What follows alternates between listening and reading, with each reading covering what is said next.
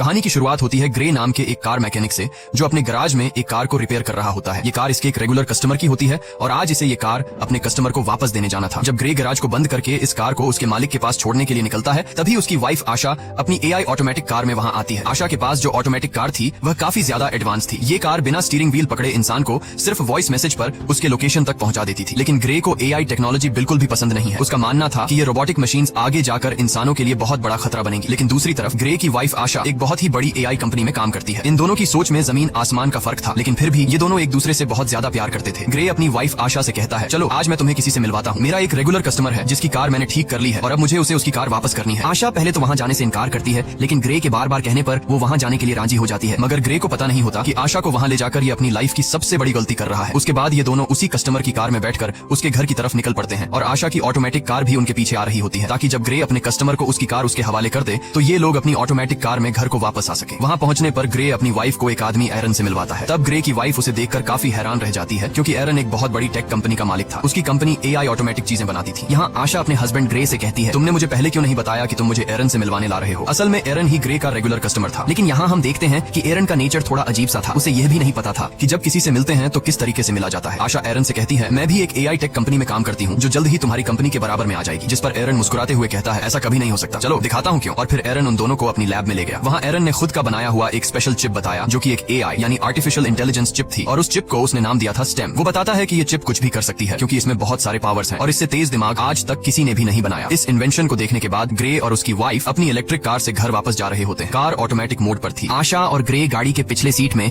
Romance में मसरूफ थे, लेकिन तभी अचानक से उनकी कार अपने रास्ते से भटककर दूसरे रास्ते पर चलने लगती है। ग्रे ये नोटिस कर लेता है कि कार वहाँ पर नहीं जा रही जहाँ उसे जाना चाहिए। तब ग्रे की वाइफ अपनी कार को वापस घर के रास्ते पर चलने के लिए कहती है, लेकिन वो कार कहती है कि सिस्टम में कोई खराबी आ गई है। ग्रे मैनुअली कार की ब्रेक दबाकर उसे रोकने की कोशिश करता है, जिससे कार रुकती नहीं बल्कि उसकी स्पीड और ज्यादा बढ़ जाती है। ये दोनों कार को रोकने की काफी कोशिश करते हैं, लेकिन कार को नहीं रोक पाते, जिसकी वजह से उनकी कार स्पीड ब्रेकर से टकरा जाती है और उलट जाती है। लकीली इस एक्सीडेंट में इन दोनों को ज्यादा चोटें नहीं आती और ये दोनों बच जाते हैं। ये लोग कार से निकलने की कोशिश कर रहे होते हैं कि तभी वहाँ पर एक गाड़ी आकर रुकती है, जिसमें से 4 लोग बाहर आते हैं और वो इन दोनों को कार से बाहर निकालकर पकड़ लेते हैं। उसी जगह पर एक पुलिस ड्रोन कैमरा भी ऊपर से सब कुछ शूट कर रहा होता है, जो उन 4 लोगों को पहचानने की कोशिश कर रहा था, लेकिन ड्रोन उन्हें नहीं पहचान पाता। यहाँ ग्रे को लगता है कि शायद ये लोग चोर हैं। वो उन लोगों से कहता है, प्लीज हमें छोड़ दो और बदले में तुम बेशक हमारी गाड़ी, पैसे सब कुछ ले लो। लेकिन वो लोग ग्रे की कोई बात नहीं सुनते और उनमें से एक आदमी ग्रे की वाइफ को शूट कर देता है। ये देखकर ग्रे पूरी तरह से सुन्न हो जाता है। ग्रे की आंखों के सामने उसकी दुनिया उजड़ गई। वो तेजी से चीखने लग जाता है। उसके बाद ये लोग ग्रे को पकड़कर पहले उससे खूब मारते हैं और फिर यह लोग ग्रे को भी गर्दन के पीछे गोली मार देते हैं। ये लोग ग्रे और आशा का सारा सामान चोरी करके वहाँ से चले जाते हैं। ग्रे की सांसें अभी भी चल रही थी और वो अपनी आंखों के सामने अपनी वाइफ को तड़पता हुआ देख रहा था, लेकिन ग्रे कुछ भी नहीं कर पा रहा था, क्योंकि उसकी बॉडी का कोई भी पार्ट नहीं हिल पा रहा था। और फिर ग्रे की आंखों के सामने उसकी वाइफ की मौत हो जाती है। कुछ देर बाद वहाँ पर पुलिस आ पहुंची। उन्होंने आशा की बॉडी को पोस्टमार्टम के लिए भेज दिया और ग्रे को हॉस्पिटल में एडमिट कर दिया। हॉस्पिटल में 3 महीनों तक इलाज चलने के बाद ग्रे की जान तो बच गई, लेकिन अब वो चलने के काबिल नहीं था। गर्दन के नीचे गोली लगने की वजह से उसका स्पाइनल कॉर्ड टूट गया। कंधे से नीचे उसका पूरा जिस्म पैरालाइज्ड हो गया और फिर 3 महीनों बाद ग्रे को घर वापस लाया जाता है। और यहाँ पर ग्रे व्हील चेयर पर होता है,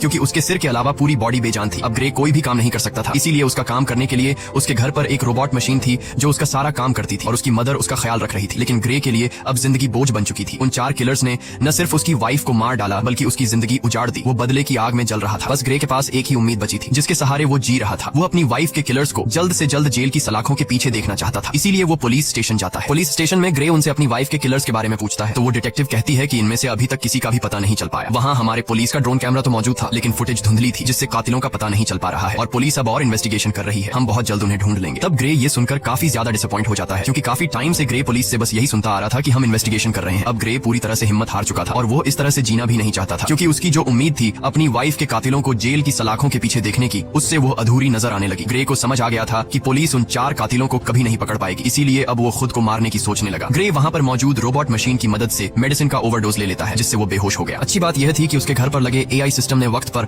एम्बुलेंस को फोन कर दिया, जिससे ग्रे की जान बच गई। और यहाँ ग्रे से मिलने उसका वही रेगुलर कस्टमर एरन आता है। वो ग्रे से कहता है, मुझे तुम्हारी ये हालत देखकर बहुत बुरा लग रहा है। एरन ग्रे को दोबारा अपने पैरों पर खड़ा होकर जीने की उम्मीद देता है और कहता है, ग्रे क्या तुम्हें याद है मैंने तुम्हें एक बार एक पावरफुल एआई चिप दिखाई थी। अगर तुम उसे अपनी बॉडी के अंदर लगा दो तो तुम एक बार फिर से चलने के काबिल हो जाओगे, साथ ही साथ बहुत ज्यादा पावरफुल भी हो जाओगे। लेकिन ग्रे एरन की इस ऑफर से इनकार कर देता है। ग्रे कहता है, अब मैं ये जिंदगी नहीं जीना चाहता। तब एरन उससे कहता है, सोच लो ग्रे, ये चिप तुम्हारी वाइफ को तो जिंदा नहीं कर सकती, लेकिन तुम्हें एक बार फिर जीने का मौका दे सकती है। अगर तुम्हारी वाइफ भी जिंदा होती तो वो भी यही चाहती। ये बात ग्रे के दिमाग को टच कर गई। वो सोचने लगा कि अगर मैं ठीक हो गया तो अपनी वाइफ का बदला ले सकूंगा, इसीलिए वो एरन की बात मान जाता है। अब यहाँ पर हम ये जान पाते हैं कि एरन को ग्रे से कोई हमदर्दी नहीं थी। वो बस ग्रे के पास अपने मकसद के लिए ही आया था, क्योंकि वह अपनी एआई चिप को किसी की भी बॉडी में इंसर्ट करना चाहता था। वो चेक करना चाहता था कि उसका इन्वेंशन सक्सेसफुल है भी या फिर नहीं। इसीलिए एरन वो चिप ग्रे की बॉडी में डालकर सीक्रेटली एक्सपेरिमेंट करना चाहता है, क्योंकि गवर्नमेंट इस तरह के एक्सपेरिमेंट्स करने की इजाजत नहीं देती। अगले सीन में हम देखते हैं कि एरन अपने घर में ग्रे की बॉडी पर एक्सपेरिमेंट कर रहा होता है। यहाँ ग्रे की स्पाइनल कॉर्ड में वो चिप इम्प्लांट की जाती है। वो चिप सीधा ग्रे के दिमाग से जुड़ गया। ऑपरेशन के कुछ घंटे बाद ग्रे को होश आता है तो डॉक्टर उसके हाथ और पांव को मूव करने की कोशिश करती है और ये चेक करती है कि क्या ग्रे अपने हाथ और पांव को अब महसूस कर पा रहा है या फिर नहीं। तब ग्रे की हालत देखकर वो लोग समझ जाते हैं कि चिप ने ग्रे की बॉडी पर असर नहीं किया। एरन बहुत ज्यादा मायूस हो जाता है क्योंकि उसके इतने सालों की मेहनत जाया हो गई थी। लेकिन तभी ग्रे अपने हाथों को मूव करने लगता है। ये देखकर वो लोग हैरान रह जाते हैं और अब ग्रे अपने दोनों हाथों को मूव कर पा रहा था और फिर देखते ही देखते ग्रे अपने दोनों पैरों पर खड़ा हो जाता है। खुद को ठीक होता देखकर ग्रे बहुत ज्यादा खुश हो जाता है। अब वो पहले से भी ज्यादा पावरफुल खुद को फील करने लगा। एरन भी अपनी एक्सपेरिमेंट को सक्सेसफुल होता देखकर काफी खुश हो जाता है। फिर यहाँ पर एरन ग्रे से एक कॉन्ट्रैक्ट पर साइन करवाता है जिसमें वो किसी को भी नहीं बताएगा कि वो चल सकता है।